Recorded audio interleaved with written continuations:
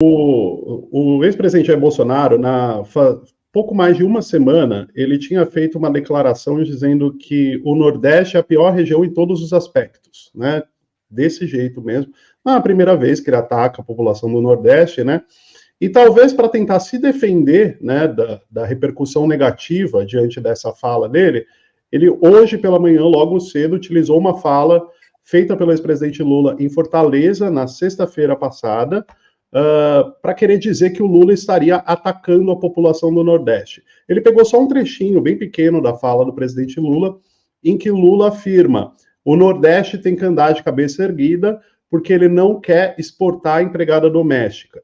Se você pega o trecho dessa maneira, da fala do presidente Lula, né, parece que ele está menosprezando a população nordestina, que a população nordestina só exporta empregada doméstica, só que teve um contexto totalmente diferente essa declaração do presidente Lula. Ele estava dizendo justamente o contrário. Ele estava falando sobre investimentos em educação na região, né, que permita que a população se forme médico, engenheiro, etc., né, que tenha orgulho e que o Nordeste não seja uma região que exporte empregada doméstica, se referindo, né, ao desenvolvimento socioeconômico da região. Né? E aí o Bolsonaro, bem ao estilo Carluxo, né, pegou só esse trechinho e fez um ataque aí ao Lula, chamando ele de etílico, né, falando, o etílico que faz pix para jornalista, é o termo que o Bolsonaro utilizou ali, bem ao estilo Carluxo, né, e falando que se fosse ele a proferir uma fala assim, o mundo vinha abaixo e coisa do tipo.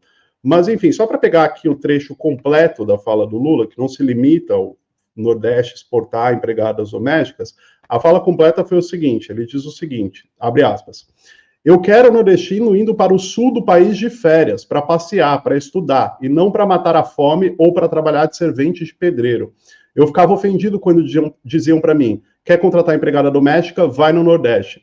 Quer contratar ajudante de pedreiro barato? Vai para o Nordeste. É importante dizer agora, o Nordeste está de cabeça erguida e o Nordeste não quer exportar empregada doméstica, quer exportar professor, físico, químico, médico e engenheiro, fecha aspas. Essa foi a fala completa do presidente Lula. Então, fica muito claro ali que ele está se referindo a um passado que já não existe mais, né? Ele, como nordestino, né, se colocou nessa posição que ele falava, eu como nordestino sempre falava, você quer um pedreiro barato, vai para o Nordeste pegar um pedreiro barato. Não, o Nordeste não quer ter pedreiro barato, ele quer ter médico, ele quer ter professor, ele quer ter engenheiro, enfim, esse foi o contexto da fala, né? E logo o Bolsonaro, né, que sabe, corriqueiramente ataca a população do Nordeste, quer associar ao Lula, um nordestino, um ataque à população do Nordeste, né?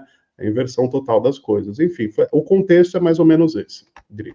Não, e só para lembrar que essa fala do presidente Lula foi feita porque ele estava em Fortaleza na semana passada para anunciar a ampliação do programa Pé de Meia, que é um programa muito legal, né, que dá aí um incentivo financeiro para os estudantes do ensino médio público, né, que é uma política para evitar a evasão, né, escolar, evitar que esse jovem, esse adolescente saia da escola.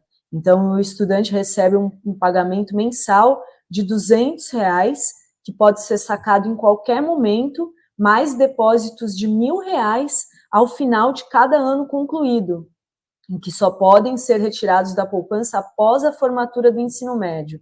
Considerando as 10 parcelas de incentivos, depósitos anuais e ainda o adicional de R$200 pela participação no Enem, os valores chegam a R$9.200 por aluno, ou seja, uma poupança que promove a permanência e que, né, desse jovem, desse estudante no ensino médio e estimula ele a fazer o Enem, a concluir, né, o ensino médio e não abandonar os estudos. É uma baita política, né, pública, Rovai, Ivan.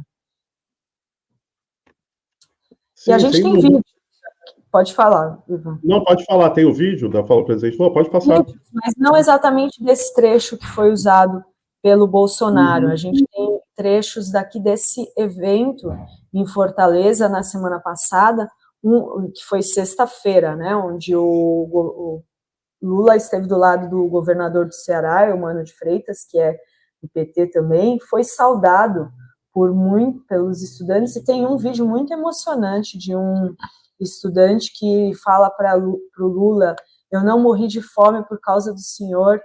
Solta esse vídeo, Gui.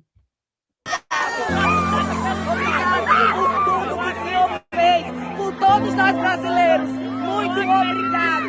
O senhor é a salvação da vida de muitos jovens como eu, pretos, pobres, periféricos. O senhor salvou a minha vida com Bolsa Família. Eu não morri de fome por causa do senhor. Muito obrigado. Eu devo minha vida, o meu futuro ao senhor. Lula, obrigado, Lula, obrigado, Lula.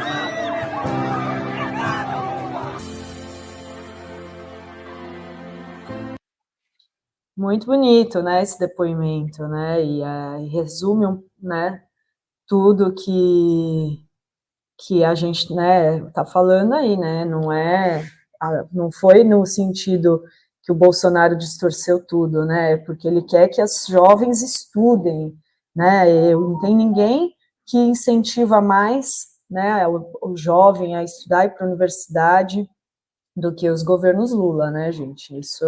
E tem outro vídeo que o Lula se emociona também durante a fala dele. Solta o vídeo, Gui.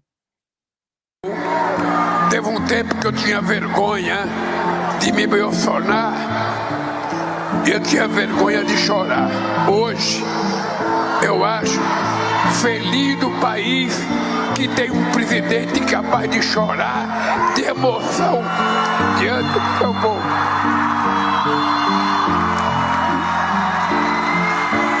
Exercitem a inteligência de vocês, exercitem a fraternidade, exercite o amor, exercite a solidariedade, estenda a mão para aquele que não consegue ter as coisas que a gente tem. Não fique com bronca de uma pessoa que está dormindo na rua. Aquela pessoa precisa de ajuda, ela não teve oportunidade.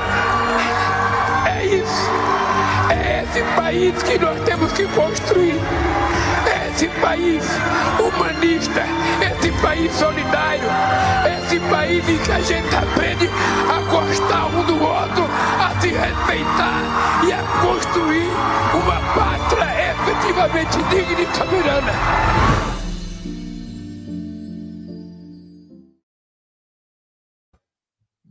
Ainda tem gente que é etarista e diz que o Lula tá gagá, que ele tá mal, que ele... O cara que consegue fazer um discurso desse, todo encadeado, um discurso humanista desse, né, sensível, articulado, né, sem gaguejar, emocionado e emocionando.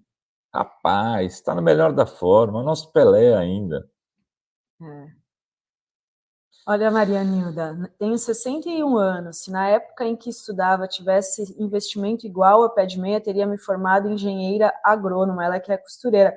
É isso, né? Quantas pessoas vão deixar continuar os estudos com esses incentivos? Quantas pessoas puderam ir para a faculdade, né, com o ProUni, com o Enem? Então, assim, é política pública mesmo para mudar a vida aí do povo brasileiro, né? Exatamente. É muito verdade o que a nossa amiga costureira, esqueci o nome dela, acabou de dizer aqui. Eu lembro que quando eu fui fazer faculdade, eu entrei em jornalismo na Metodista, em São Bernardo. É uma faculdade paga, né? E tinha um financiamento, eu não lembro qual era o nome na época, e alguns estudantes veteranos já tinham puxado esse financiamento e estavam encrencadíssimos para pagar. Era um financiamento educacional privado, caríssimo, caríssimo. O cara tinha que trabalhar para pagar o diploma, começar no 4º ano, inclusive ele ainda tinha que estar na faculdade, e os caras se matavam, trabalhavam que nem desgraçado e não conseguia pagar. E aí ficava preso o diploma. E na época era obrigatório o diploma de jornalista para você poder trabalhar. Então, você ficava entre a cruz e a caldeirinha. Você não conseguia trabalhar para pagar o diploma porque você não tinha o diploma. E você não tinha o diploma porque você não conseguia trabalhar. E tinha dívida para pagar e você não conseguia pagar a dívida para poder ter o diploma porque não conseguia trabalhar. É um inferno. Um inferno. E aí eu me lembro que eu, aconselhado por esses veteranos, eu não entrei nesse programa, preferia ficar devendo para a faculdade, dava um jeito de negociar com a faculdade, que fazia todo semestre, para fazer a matrícula do semestre anterior, ia passando para frente, e eles falavam, negocia na faculdade que é melhor.